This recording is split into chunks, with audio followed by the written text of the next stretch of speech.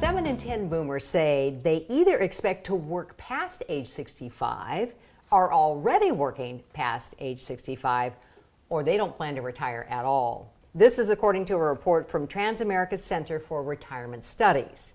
However, most boomers still don't have a plan to do retirement, or even what we're now calling unretirement.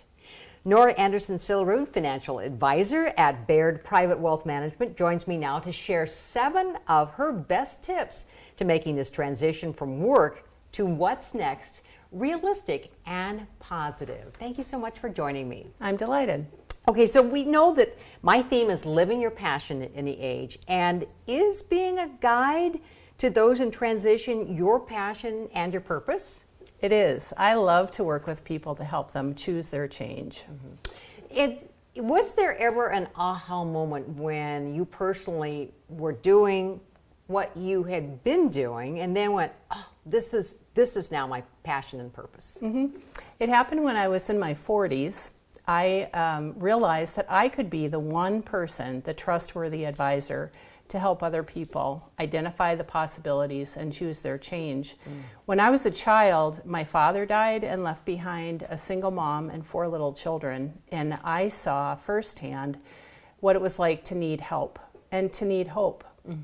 Then when I was in my 20s and 30s and a corporate financial executive, I myself was ready for my corporate change, and I decided that I would explore different opportunities and help other people find their change. Well, these 7 tips, though, for making a great transition, right? So for you, and I love how you've put this, it's like preparing for a trip on a sailboat. So we're going to chart the course, we're going to pack it up, and then we're going to set sail. So let's start with tip number 1, and that's charting the path. The first thing to do is ask for help.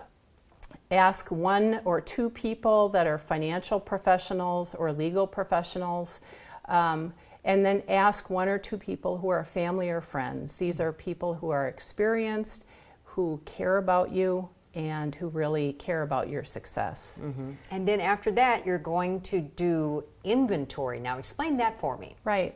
We're going to inventory and pursue the truth. Get to know what exists, what is true, and then also look at some assumptions. And so with your clients, is this new information for them, or are you helping them inventory in a way that they've never even thought of before? It can be either one. In some cases, for example, if it's an analytical or an engineering type person, they might have all of their facts gathered, but in many cases, people don't have them gathered at all. And so organizing and assessing the situation is part of the work. And I think part of that is probably self-awareness too. Correct. And a lot of us still don't have self-awareness.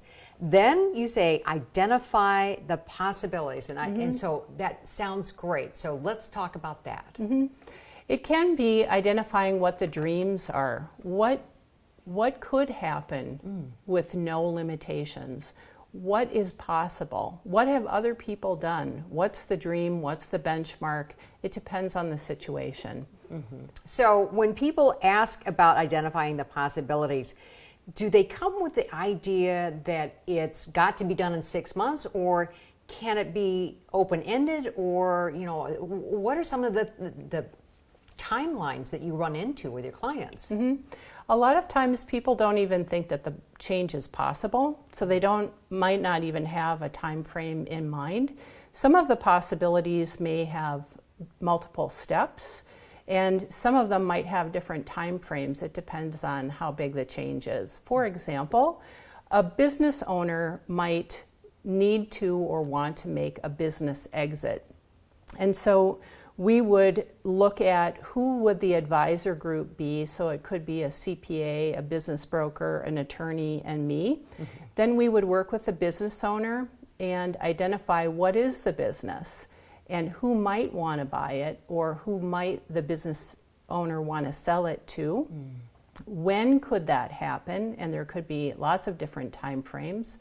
And then a lot of times with business owners, especially small business owners, the person and the business don't have a clear boundary because there's so much time and energy and money invested in the business. So we might work on identifying where is the boundary between the business owner person and the business itself. Then we'll actually look at what would the business owner do after the exit and figure out how much money that business owner might need to do that next chapter in his or her life, and mix all of that together. So that would be not only the facts, but it would also be all the possibilities. And then we would identify advantages and disadvantages to each of the possibilities, so that then the business owner would have the choice. How do I choose? Here's my menu. I can choose among these things. Any of them are viable, any of them are attractive to me, and I understand the trade-offs. Do you think that men and women approach this differently? I think they sure can. Do you have an example of are women longer term, men shorter term? I mean, when they're thinking about that? I think women like to have more of the plan laid out, and they have a higher threshold for confidence. Nice. So they might want to have 90% confidence that something is really achievable. All right, so now we're going to pack for our trip. And you say that as we get ready, decide and commit. I love that term, because commit is the bigger part of that. Right. Yeah. Exactly. So we've identified the possibilities, and then the person gets to choose among those changes.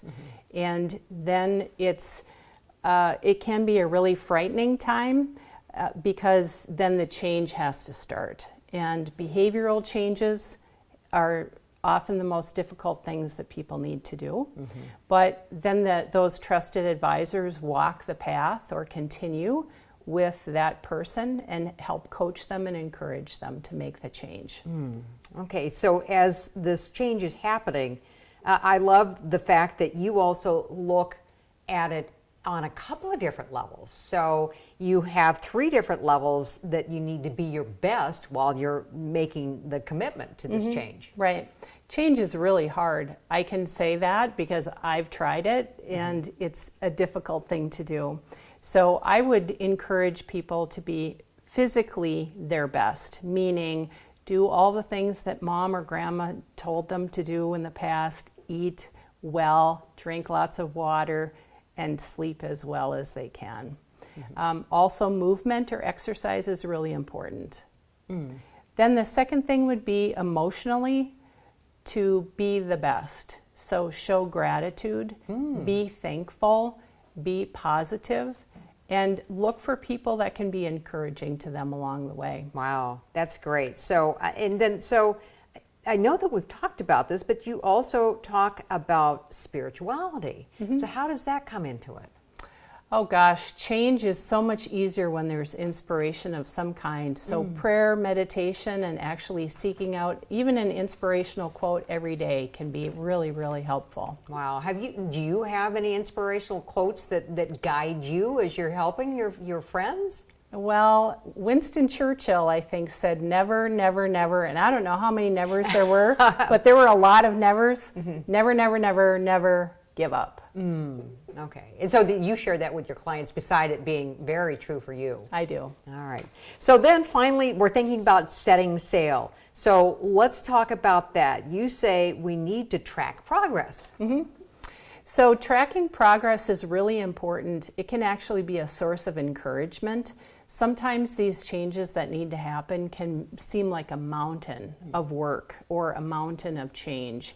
And so sometimes when we're so focused on pursuing the destination, we can either not appreciate or not remember just how far we've come.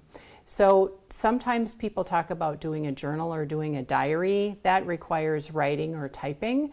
But another creative idea could be just sending myself voice messages or using the audio feature on my smartphone or my iPad or my tablet or whatever, so that over time I can look back and it can actually be a source of celebration to me. Wow, I've never even thought about doing that. I will send myself notes on my phone, but I'll usually readdress that same day versus down the line. But keeping track of that, what a great idea. And then finally, you say celebrate. Is this like a woo-hoo? Why not? If the change is what we really wanted to, let's celebrate along the way. And then when we finally arrive at whatever the destination is, let's celebrate for ourselves and for all of the other people that we've taken along with us. For the trusted advisors, they can celebrate because they've helped us achieve the success. And for family and friends and other people who are so important to us, and maybe the community, whoever it is that we're benefiting, we can all celebrate. Or we can have multiple celebrations. Well, that's a lot of fun. I think that would be the best course, right? So here we are, we're sailing towards our transition advice. Thank you so much for joining me today. I really appreciate it. If you have any questions for Nora, you can contact her at 1-800-955-9093, or please find her on LinkedIn.